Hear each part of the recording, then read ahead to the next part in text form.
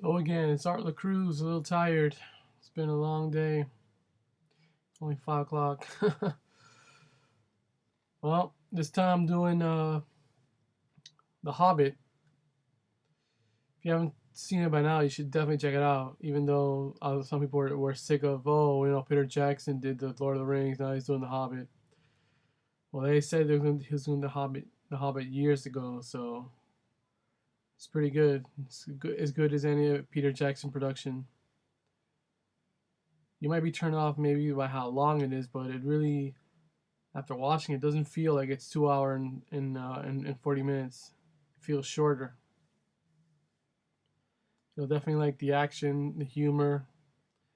The Hobbits even at one point break into song and dance at the beginning of the movie. It's always interesting seeing them get into these horrible conflicts or situations and to see how they figure it out and how they eventually escape and go on to the next thing. I mean, this is a movie full of adventure.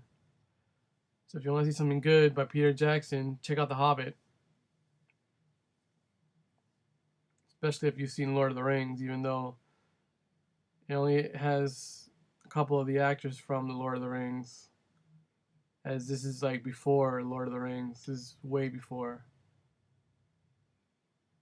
So you get to see the beginning of Smeagol, my precious, and seeing how this one's about Bilbo Baggins. Frodo comes out in the beginning, but just when Bilbo's talking about his book that he's writing. This has to do with. I just lost light. I don't know why it does that. This one has to do with him going on. This old dwarf kingdom was taken over by a dragon, and they want to, get their land back and kill the dragon.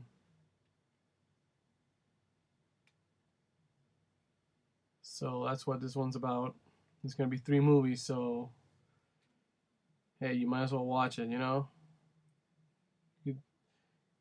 Time could be spent a lot worse watching the Fast and Furious movies, or I don't know, another franchise that really sucks. Can't think of any.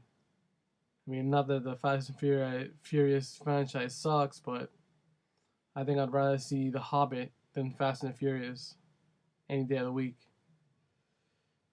So you want to see a good movie this summer or last summer or last fall when it came out? Watch The Hobbit. You're not gonna be disappointed. Like it has enough action, good storytelling, great acting, and a very interesting look to it because it was shot with that new red camera. I'm doing research on all the films. I have a list of movies that I'm studying. I can, I guess, get a good idea of what the red camera is capable of. This one was shot at like 32 frames per second. Film is shot at 24 frames, so it's a little bit faster. So I mean, it looks. I when I first saw, it, I knew there was something up with the something interesting with the way the film looked. It just doesn't look like any other film that I've seen the last couple of years. So once I found out it was shot in the red, I was like, oh, okay, that explains it. So yeah, check out this film. And pretty soon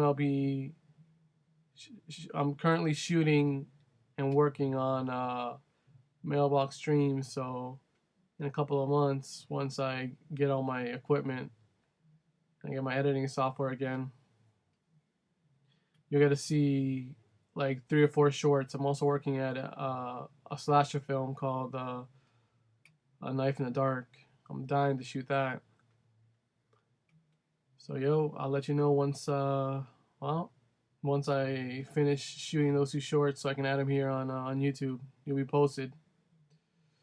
Well, until next time, bitches. I'll probably still do Soul Survivor, maybe LA Confidential. In this film, well, The Hobbit's bootleg, so there's no stack here. But if I had it, it would go on the stack. Later, bitches.